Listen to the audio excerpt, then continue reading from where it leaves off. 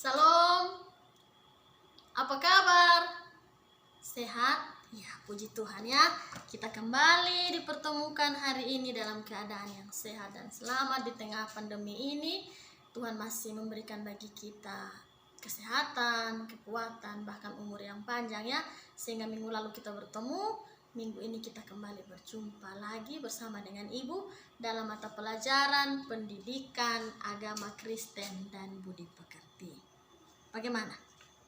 Masih semangat? Nah, kenapa yang di belakang loyo? Kurang bersemangat.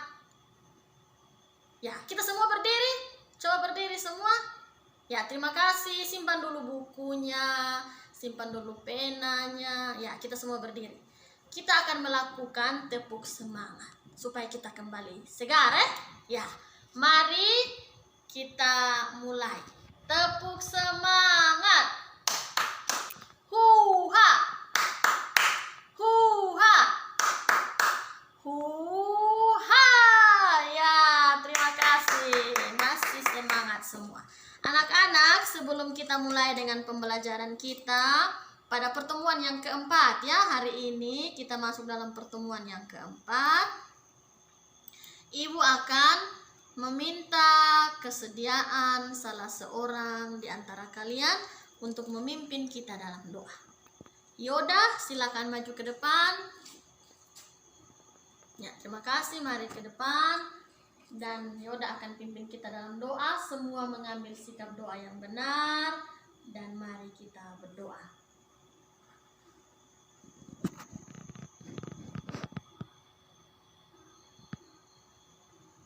Amin. Terima kasih Yoda. Silakan duduk kembali. Ya anak-anakku, sesuai dengan apa yang sudah anak-anak lihat di awal, bahwa materi kita hari ini arti sikap hidup beriman dan berpengharapan. Ibu ulangi yuk. Arti sikap hidup beriman dan berpengharapan. Ya, begitu ya anak-anak. Nah, sebelum Ibu mulai dengan pembelajaran kita, ketua kelas tolong memberikan bagi Ibu data siswa siapa saja yang hari ini sakit, izin, dan juga alfa. Untuk Ibu sebentar mengisi dalam presensi kita ya. Nah anak-anak, sebelum kita mulai dengan pembahasan materi kita yang baru, siapa yang masih ingat dengan materi yang kita pelajari minggu yang lalu? Ada? Pintar sekali, silakan Eliezer. Terima kasih, semua tepuk tangan dulu untuk Eliezer. Ternyata Eliezer masih ingat. Ya, materi kita minggu lalu bicara atau membahas mengenai hidup yang beriman. Ibu ulangi, hidup yang beriman. Nah, kalau hidup yang beriman itu adalah hidup yang dia berpegang teguh kepada Tuhan. Kalau kita sebut diri kita berpegang teguh kepada Tuhan, maka pasti kita berakar yang kuat, menghasilkan buah di dalam percaya kepada Kristus sebagai Tuhan dan Juru Selamat kita.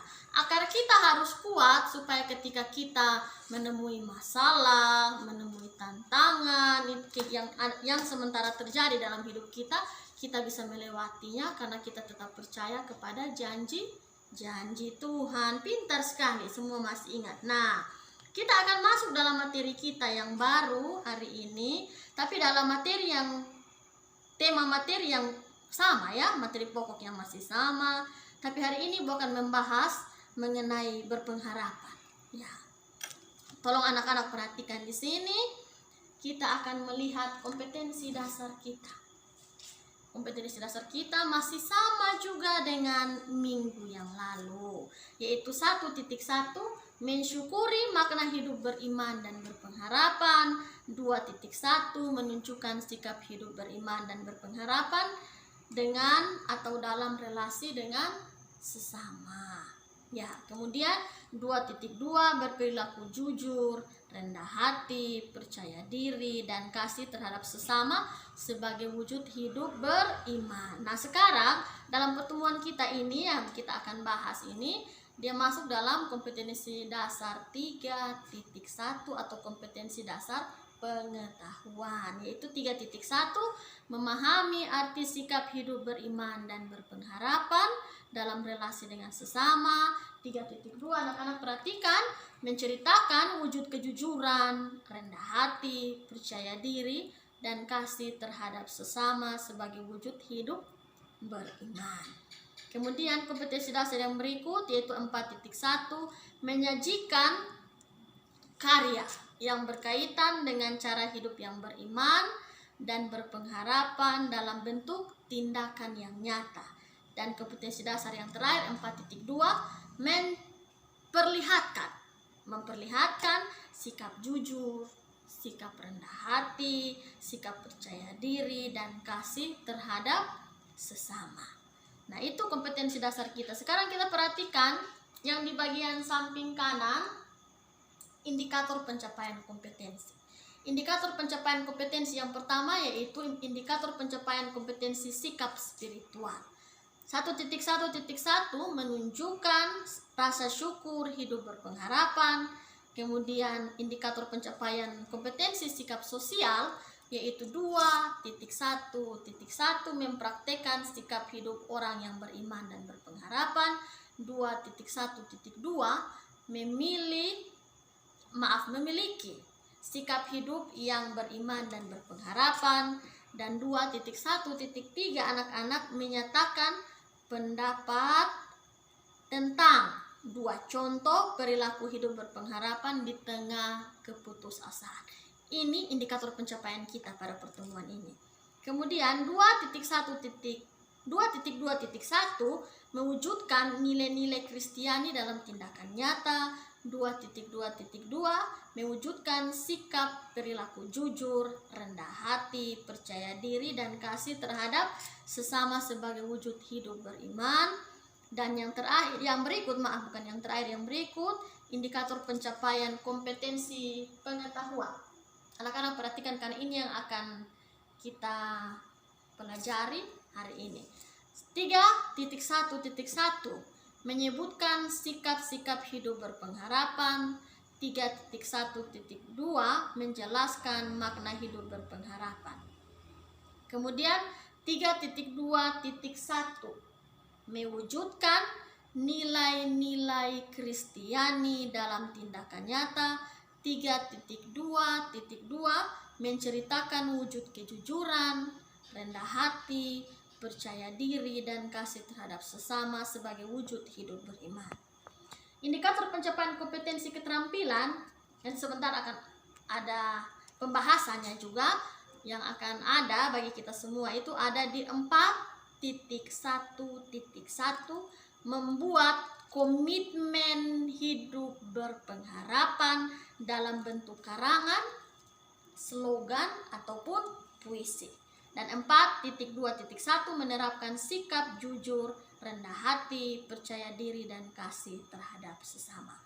Nah, anak-anak semua, yang tadi Ibu sebutkan itu adalah kompetensi dasarnya dan juga indikator pencapaian kompetensi dasar. Nah, setelah anak-anak mengetahui itu, maka kita akan beralih pada tujuan pembelajaran. Jadi setelah pembelajaran ini berlangsung dengan menggunakan pendekatan saintifik dengan model pembelajaran discovery learning, diharapkan peserta didik atau anak-anak semua bisa atau dapat yang pertama anak-anak perhatikan itu menunjukkan rasa syukur hidup berpengharapan.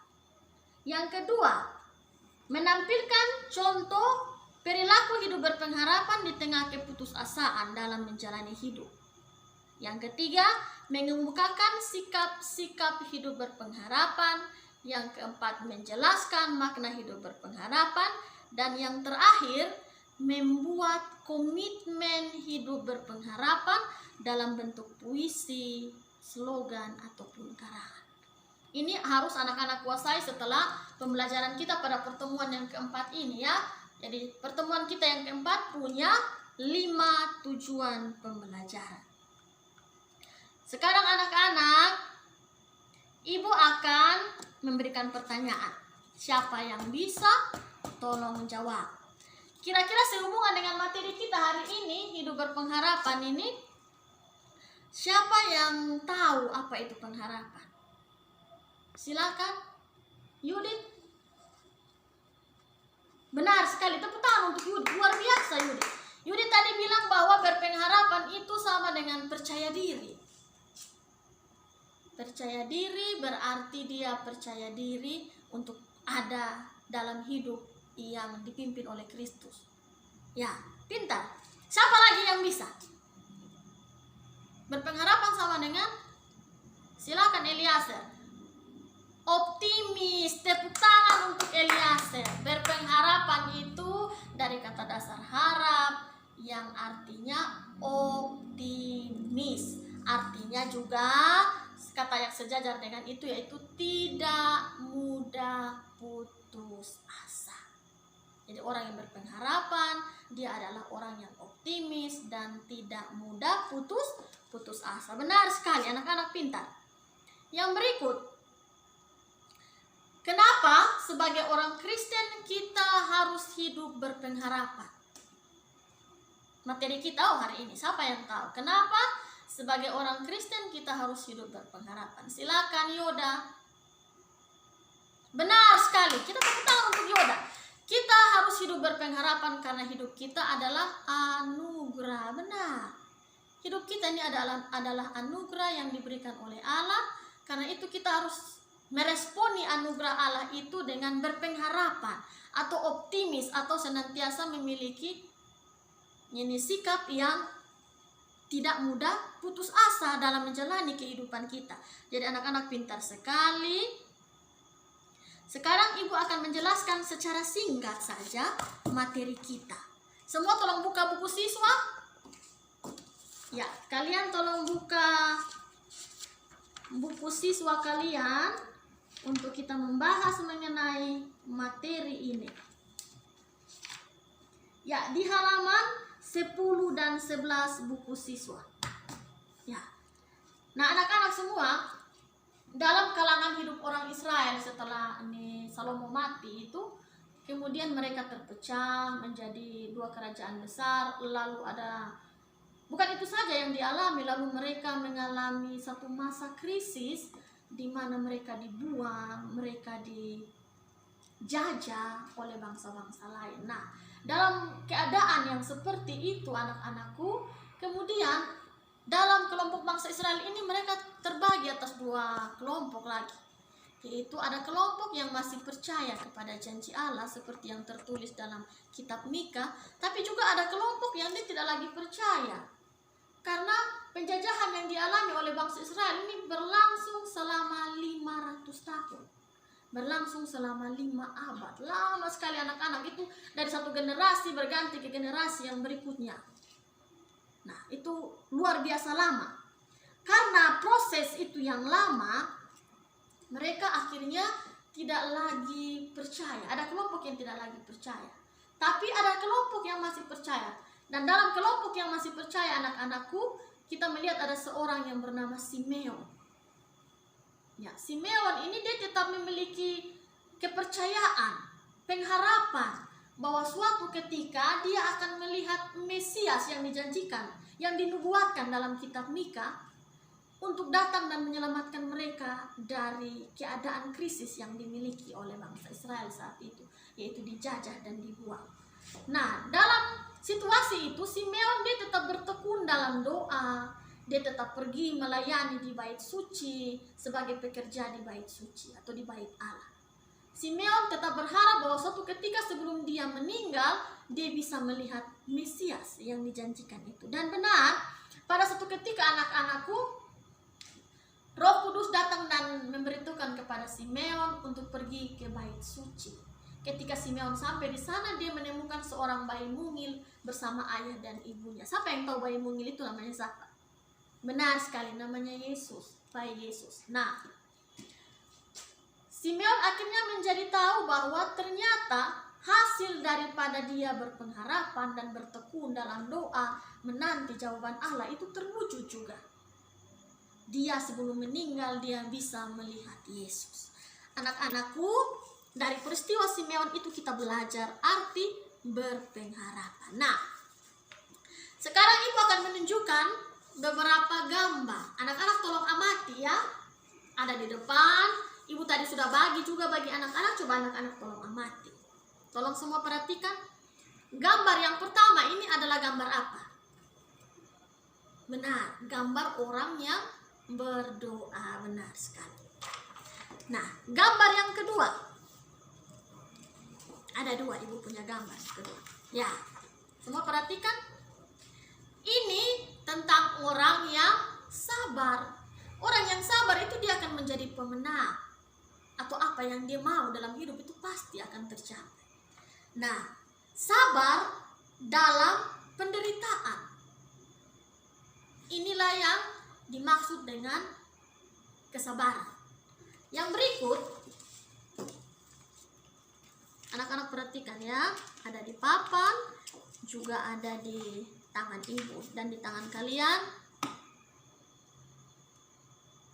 Yang berikut itu dia. Ini adalah gambar orang yang bertekun.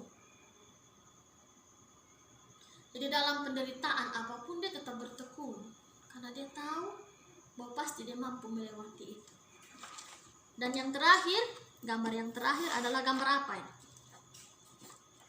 Orang yang optimis atau orang yang percaya diri seperti tadi Yudit bilang. Orang yang punya rasa optimis dalam hidup, percaya diri untuk tetap melanjutkan hidup. Sudah perhatikan? Ya. Nah, siapa yang tahu setelah kita melihat gambar ini,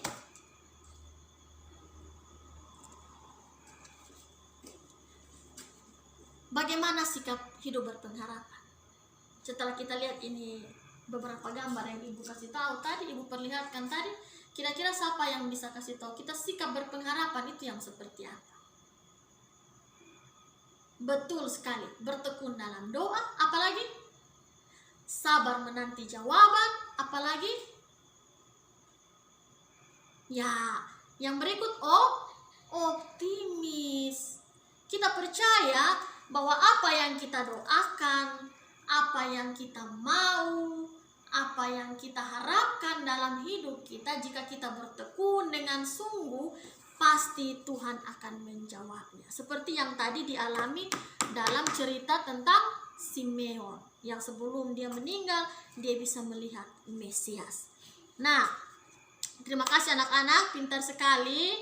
Sekarang semua tolong perhatikan di LKPD masing-masing. Ada cerita, di dalam buku siswa juga ada, dalam halaman 10 dan 11, ada cerita tentang seorang uskup Agustinus dari Afrika. Silakan anak-anak baca cerita itu. Ibu berikan waktu 10 menit. Silakan anak-anak baca. Kemudian anak-anak tolong menjawab pertanyaan ini.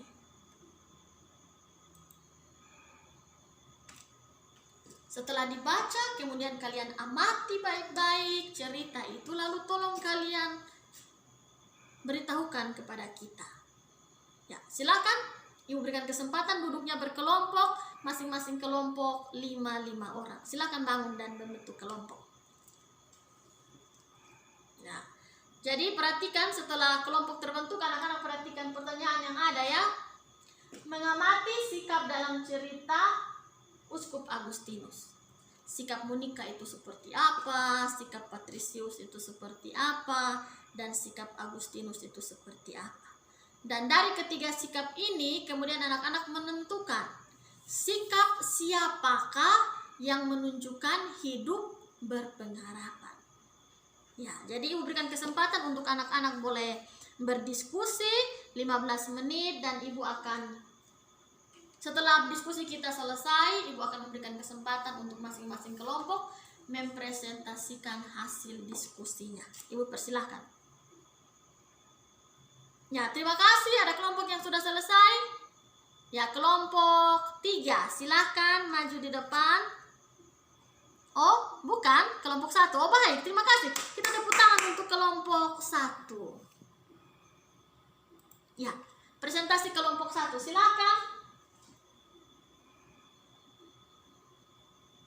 Ya, terima kasih kelompok 1, luar biasa. Ya, silakan kelompok kelompok 2. Kelompok 2 silakan maju. Ya, terima kasih. Jawaban-jawaban yang luar biasa. Silakan kelompok 3. Mari di depan. Ya, luar biasa ya. Tepuk tangan untuk kelompok 3. Dan yang terakhir kelompok 4. Ibu persilakan untuk maju di depan.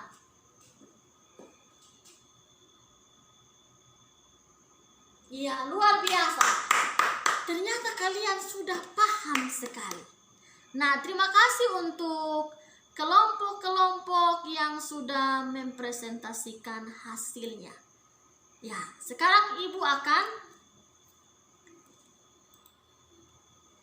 membahas. Jadi berdasarkan jawaban kalian, tolong perhatikan juga di papan. Sikap yang ditunjukkan oleh Monica. Seperti tadi yang sudah kalian jawab ya. Monica itu dia tidak kehilangan harapan. Benar. Dia rajin sekali berdoa. Dan dia sabar, dia tabah. Benar sekali. Jawaban-jawaban anak-anak itu benar sekali. Nah, sekarang kita lihat sikap Patrisius. Sikap Patrisius itu dia membenci kekristenan. Dia tidak mengajarkan hal yang baik kepada anak-anak. Sehingga kita melihat Agustinus itu dia berubah menjadi anak yang nakal, suka minum, mabok, kemudian suka ke tempat-tempat hiburan, lalu ada dalam pergaulan-pergaulan yang bebas. Nah, itu sikap dari Patrisius. Sekarang kita lihat sikap Agustinus. Agustinus itu dia suka berfoya-foya, hidup dalam pergaulan yang bebas, tetapi kemudian ada satu perubahan karena doa daripada mamanya. Mamanya nama Monica, benar. Dalam cerita itu Mama Agustinus bernama Monica. Jadi Monica itu tidak pernah berhenti berdoa. Selalu bertekun dalam doa sampai Tuhan menjawab doanya. Jadi jawaban yang Tuhan berikan bagi Monica itu bukan 1 hari, 2 hari, tidak. 20 tahun anak-anak bayangkan. Dalam cerita tadi itu tentang Uskup Agustinus, 20 tahun baru Tuhan memberikan jawaban bagi Ibu Monica. Anaknya yang bernama Agustinus berubah, kemudian masuk biara dan menjadi uskup yang terkenal. Setelah itu dia menjadi bapak gereja yang juga terkenal dalam sejarah perkembangan gereja di dunia. Jadi luar biasa doa seorang ibu, luar biasa doa orang-orang Kristen yang tetap bertekun, beriman, berpengharapan terhadap janji yang Allah berikan bagi kita semua. Nah, tadi anak-anak sudah jawab. Pintar, semua jawaban dari setiap kelompok itu benar sekali. Dari ketiga sikap ini, sikap Monica, sikap Patrisius, dan sikap Agustinus, sikap yang berpengharapan itu ditunjukkan oleh Ibu Monica. Benar sekali. Jadi luar biasa anak-anakku. Nah, sekarang kita lihat.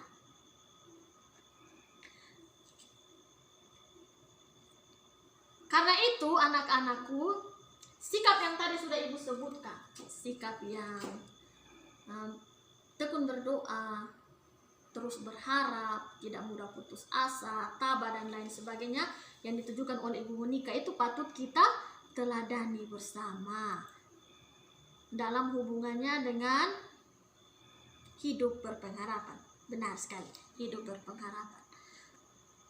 Anak-anak masih dalam kelompok, tolong kalian sebutkan.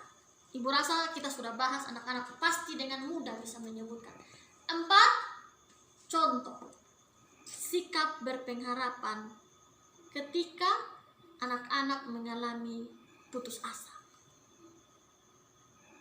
Silakan ditulis di lembaran jawaban LKPD. Kira-kira dari 4 sikap itu yang bisa anak-anak jadikan sebagai sikap yang berpengharapan dalam menghadapi dalam menghadapi situasi putus asa itu yang bagaimana saja. Sikap apa yang harus ditujukan? Silakan anak-anak tulis untuk kemudian maju dan bacakan bagi kita semua atau mempresentasikan bagi kita semua. Ibu persilakan 10 menit saja ya, karena ini mudah. Ibu percaya anak-anak sudah mampu tadi, sudah bisa untuk memahami. Silakan. Terima kasih, kelompok sudah selesai ya. Pintar-pintar. Sekarang tolong kelompok 1 maju di depan untuk mempresentasikan hasil diskusinya. Silakan kelompok 1. Silakan. Ya, tepuk tangan untuk kelompok 1. Sekarang Ibu persilakan kelompok 2 maju. Silakan dibacakan. Ya, terima kasih kelompok 2. Tepuk tangan bagi kelompok 2. Sekarang kelompok 3, silakan. Ya, terima kasih kelompok 3. Dan silakan untuk kelompok 4 maju di depan dan mempresentasikannya bagi kita. Tadi yang sudah kalian tulis, 4 sikap di saat kita mengalami putus asa. Sikap berpengharapan seperti apa? Silakan kelompok 4. Terima kasih. Luar biasa 4 kelompok. Kita tepuk tangan yang meriah sekali. Ibu sangat senang mengajar hari ini karena anak-anak sangat bersemangat. Pembahasan kita menjadi semakin menarik, semakin lebih, Ibu bilang lebih menarik dan lebih bersemangat. Karena apa? Anak-anak begitu luar biasa hari ini. Nah, ini Ibu tulis 5, tapi sebenarnya ya kita bahas 4 saja ya. Ya. Berdasarkan jawaban yang sudah kalian berikan tadi, benar. 4 sikap yang harus kita tunjukkan ketika kita mengalami keputusasaan atau ada dalam situasi yang putus asa, hilang harapan, hilang semangat, bahkan ada yang berencana untuk digantung diri, minum baygon, maka tidak boleh. Kita harus ada 4 sikap ini sebagai orang yang beriman ya, dan berpengharapan ya. Yang pertama, bertekun dalam doa sampai Tuhan menjawab doa kita. Tadi anak sudah jawab juga benar, bertekun dalam doa. Jadi bertekun dalam doa itu artinya dia harus terus-menerus berdoa. Jadi berdoa itu jangan putus. Hari ini dia doa, besok dia tidak doa, lusa dia doa, dan lain sebagainya. Jadi itu tidak boleh. Tapi kalau dia bertekun dalam doa artinya setiap malam, setiap ketika dia mengambil masa atau waktu untuk berdoa, itu dia membawa itu pergumulan. Sampai apa? Sampai waktunya Tuhan menjawab doa itu. Jadi sampai waktunya, sampai tiba waktunya Tuhan menjawab doa itu. Seperti tadi Simeon itu, sampai dia tua hampir mati, baru Tuhan jawab doanya. Tadi kita lihat Ibu Monica, sampai anaknya sudah berumur 40 tahun, dan doa yang dia naikkan kepada Tuhan itu juga sudah sepanjang 20 tahun, waktu yang lama. Baru Agustinus itu mengalami perubahan.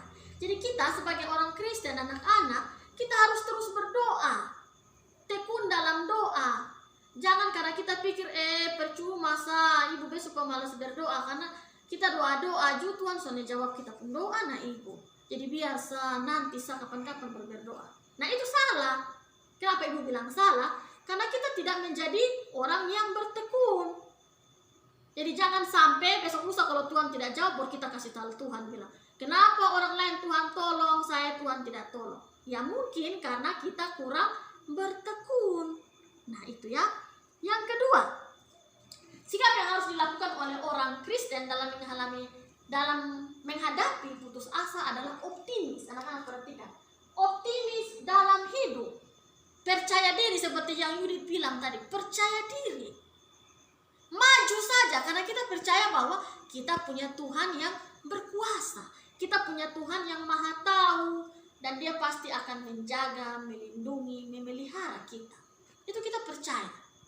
Ya, jadi optimis saja, percaya diri saja. Jangan mudah putus asa dalam menjalani hidup. Yang berikut, sikap yang ketiga, sabar. Orang yang dia ada dalam situasi yang putus asa itu anak-anak kadang dia tidak menjadi orang yang sabar. Suka tergesa-gesa. Dia mau yang cepat, mau sesuatu yang instan. Padahal untuk hidup sebagai orang Kristen berpengharapan tidak boleh seperti itu. Ketika ada masalah, ada cobaan, jangan kita mau untuk hari ini juga masalah itu selesai. Hari ini juga itu kita harus keluar dari persoalan. Tidak bisa begitu. Harus sabar. Sabar untuk kita bisa berpikir yang jernih, berpikir yang baik, menemukan jalan keluar atas persoalan yang kita hadapi. Pasti Tuhan akan berikan bagi kita hikmat anak-anak. Untuk apa? Untuk bisa mencari jalan keluar atas setiap persoalan yang kita hadapi. Jadi sabar. Tadi dalam gambar itu, anak-anak perhatikan, ibu tunjukkan lagi ya. Ya, minta maaf, ibu tunjukkan lagi. Orang yang sabar itu anak-anak, dia akan menjadi pemenang. Benar. Kalau kita tidak sabar, maka kita akan kalah terhadap hidup. Tapi kita sabar, ini memang kalau ibu omong tentang sabar, ini hal yang gampang-gampang susah dilakukan. Tapi sebagai orang Kristen dalam berhadapan dengan situasi putus asa, kita harus sabar supaya kita menjadi apa? Pemenang. Benar sekali. Nah, yang terakhir, sikap yang berikut yang terakhir itu adalah tabah. Tabah itu berarti apa? Siapa yang bisa kasih tahu kita? Tabah itu berarti apapun keadaan hidup yang dia hadapi, dia akan menghadapi keadaan itu dengan tenang. Siapa yang ditenang di sini? Pintar, bagus. Jadi kalau kita mau ada dalam keadaan yang sabar, tabah, tenang, maka pasti kita akan mudah keluar dari persoalan itu. Jadi tabah saja, apapun keadaannya, kita jalani saja. Karena kita percaya bahwa apa yang terjadi ini dalam sepengetahuan Tuhan. Betul. Jadi tidak ada satu peristiwa di dunia ini yang tidak dalam sepengetahuan Tuhan. Termasuk yang kita alami saat ini ya, yaitu pandemi COVID-19. Itu ada dalam sepengetahuan Tuhan. Benar sekali. Nah, anak-anak, sebelum ibu melanjutkan, siapa yang kira-kira dia memiliki sikap seperti yang ada dalam pembahasan kita sepanjang yang tadi ibu jelaskan dan anak-anak presentasikan? Siapa yang dia rajin sekali berdoa? Coba angkat tangan. Berdoa membawa pergumulan hidupnya, cita-citanya, dan lain sebagainya. Siapa? Benar. Pintar ya? Harus rajin berdoa. Apa kira-kira isi doa? Yoda isi doanya apa? Supaya Yoda cepat lulus. Mau jadi apa? Jadi guru. Luar biasa. Ya, jadi kalau Yoda tetap bertekun, membawa doa yang Yoda naikkan itu, maka kita percaya suatu ketika Tuhan akan menjawab apa yang Yoda harapkan. Nah, itu hidup berpengharapan. Nah, dalam kasus yang kita hadapi pandemi COVID-19 ini, anak-anak berdoa tentang apa? Ibu kepingin sekali tahu apa yang anak-anak doakan ketika kita semua ada dalam pandemi ini, dalam situasi yang seluruh dunia heboh, gempa karena virus ini. Apa yang anak-anak harapkan dalam doa? Terima kasih. Tentunya sama dengan ibu kita semua berharap suatu ketika kita bisa keluar dari ini penyakit, kita bisa keluar dari ini virus, ditemukannya vaksin, kemudian kita bisa lagi bersosialisasi dengan teman, tetangga, sahabat, saudara. Iya toh? Itu bukti bahwa ketika kita berharap, kemudian kita melanjutkan harapan itu dalam doa, dalam ketekunan, dalam kesabaran, dalam ketabahan. Kita percaya bahwa Tuhan pasti menjawab setiap pergumulan kita ya anak-anak. Ya, terima kasih banyak. Sekarang semua tolong perhatikan Alkitab. Kita buka kitab Ibrani. Ibrani pasal 6 ayat 9. Dan tolong, ini bukan lagi tugas kelompok ya. Sekalipun anak-anak dalam posisi berkelompok, masing-masing tolong tulis di buku tugasnya masing-masing. Kira-kira menurut anak-anakku, setelah ibu baca ayat ini bagi kita semua, apa yang anak-anak pahami dari isi kitab, isi surat Ibrani ini dalam hubungannya dengan pengharapan? Ibu bacakan ya. Ibrani pasal 6 ayat 9. Ibrani pasal 6 ayat 19. Ya, Ibu akan bacakan bagi kita semua. Pengharapan itu adalah sau yang kuat dan aman bagi jiwa kita yang telah dilabuhkan sampai ke belakang tabir. Ibu ulangi.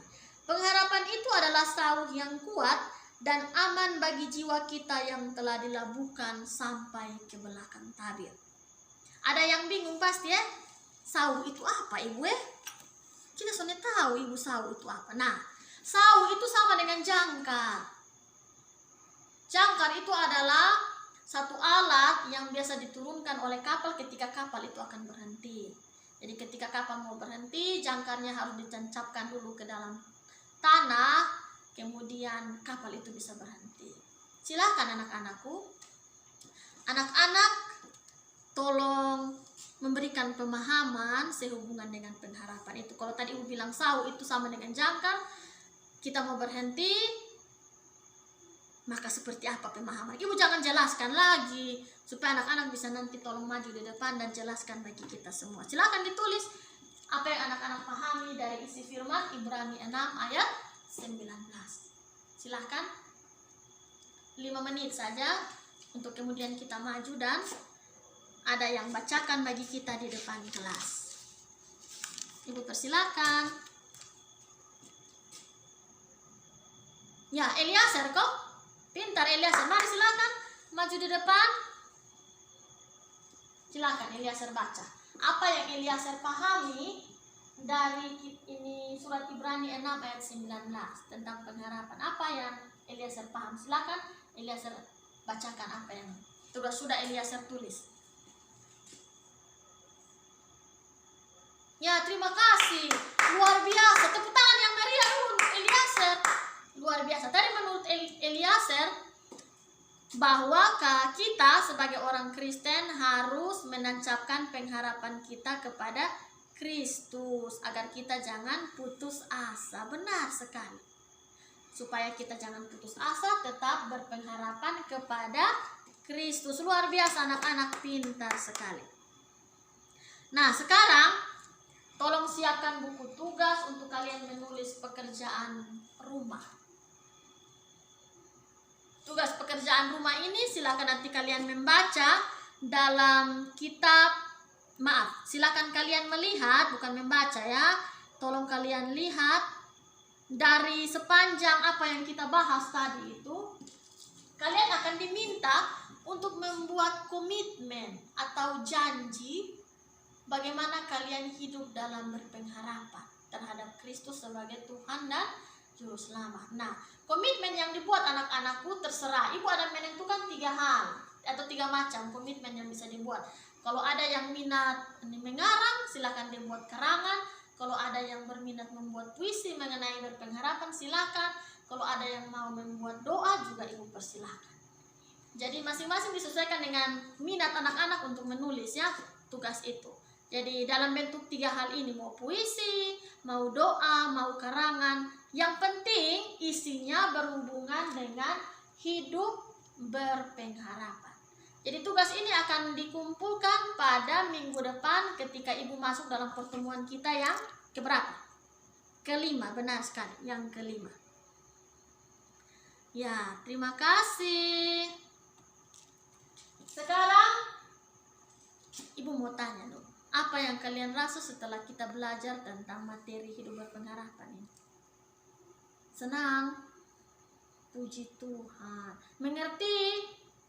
Terima kasih banyak. Berarti tidak sia-sia Ibu omong dari tadi, anak-anak maju presentasi, mengerjakan soal, pintar sekali. Terima kasih. Nah, kita akan membuat kesimpulan bersama tentang materi kita hari ini. Jadi bukan saja Ibu yang nanti berkoar di depan sini, omong banyak, tetapi anak-anak juga harus membuat kesimpulan. Siapa yang bisa kasih tahu apa yang menjadi hal pokok atau hal utama yang kita bicarakan sepanjang tadi pembelajaran kita? Nanti kita taruh di kesimpulan ya. Silakan. Terima kasih. Berpengharapan ya. Benar? Ya, begitu ya. Berpengharapan itu yaitu tetap percaya kepada janji Allah, bahwa suatu ketika Allah akan menjawab apa yang menjadi harapan kita dalam setiap doa yang kita panjatkan kepada Allah. Kisah Simeon, betul. Kisah Simeon, kisah siapa lagi tadi? Kisah Uskup Agustinus, yang di dalamnya ada cerita tentang Mama Monica yang luar biasa itu tadi ya anak-anak. Ya, dari dua tokoh ini anak-anak kita belajar arti sikap hidup berpengharapan dengan melakukan beberapa hal: bertekun dalam doa, sabar, tabah, optimis dalam melanjutkan hidup ya. Itu kunci orang yang mau berpengharapan kepada Kristus. Ya, kemudian karena itu sebagai orang Kristen apa yang diharapkan? Tentu kita semua mengharapkan hidup yang berpengharapan. Karena seperti yang Ibu bicara di awal, hidup kita ini adalah anugerah. Anugerah yang diberikan oleh Tuhan. Karena itu wujudkanlah anugerah itu dengan penuh syukur dalam bentuk hidup yang berpengharapan. Jangan putus asa, jangan cepat mengakhiri hidup hanya karena persoalan yang terjadi dalam hidup. Kita percaya bahwa apapun persoalan yang terjadi dalam hidup kita, kita tahu bahwa Tuhan mengetahui hal itu dan Dia pasti menepati janjinya untuk melepaskan, membebaskan, dan memberikan bagi kita keselamatan, jalan keluar dari setiap persoalan kita. Benar. Tepuk tangan dulu. Iya. Nah, itulah materi kita. Nah, anak-anak,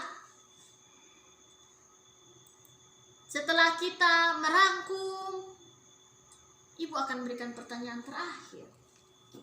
Kita rangkuman materi selesai, yuk. Kira-kira jika kalian menjadi Simeon atau menjadi Ibu Monica, apa yang kalian lakukan? Silakan Yudit. Tetap berdoa. Berdoa saja. Ya, harus ditambah lagi. Jangan hanya berdoa, tapi bertekun dalam doa. Apa lagi? Silakan Eliezer. Sabar, benar. Apa lagi? Tabah, benar. Apa lagi? Optimis. Jadi kalau kita jadi dua orang itu, Simeon dan Monica, maka kita juga harus melakukan yang itu supaya kita memiliki pengharapan terus akan janji Allah. Jadi jangan putus asa. Terima kasih, luar biasa. Ya, itu saja. Dan Ibu akan menginformasikan materi yang akan kita pelajari pada pertemuan kita yang kelima, yaitu memilih untuk tidak berputus asa. Jadi buku siswa, tolong perhatikan, buku siswa ini nanti kalian akan baca materinya yang ada di halaman 15. Ini ada di sini ya, halaman 15, halaman 16, 17, 18, 19 sampai halaman yang ke 23. Jadi dia dari halaman 15 sampai halaman 23, anak-anak tolong baca dulu di rumah. Anak-anak kuasai materinya supaya ketika kita datang kita bahas lebih menarik seperti tadi lagi ya. Ya, terima kasih anak-anakku untuk pertemuan yang luar biasa dalam pembahasan materi kita hari ini. Nah, kita akan mengakhiri, tapi sebelum itu siapa yang belum jelas, belum paham, Ibu berikan kesempatan.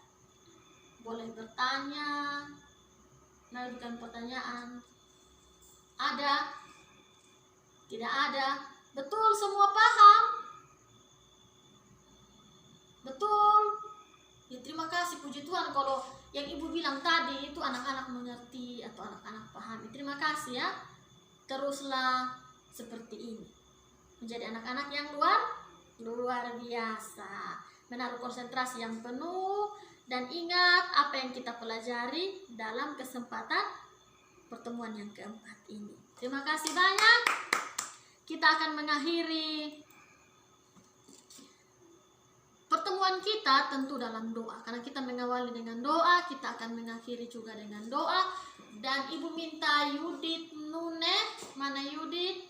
Ya, Yudi tolong pimpin kita dalam doa penutup. Silakan. Semua simpan sudah buku, tutup buku, simpan berpoin atau pena, semua perhatikan di sini. Kita akan doa tutup, ambil sikap doa yang benar. Silakan Yudi pimpin kita dalam doa. Ya, kita berdoa ya anak-anak.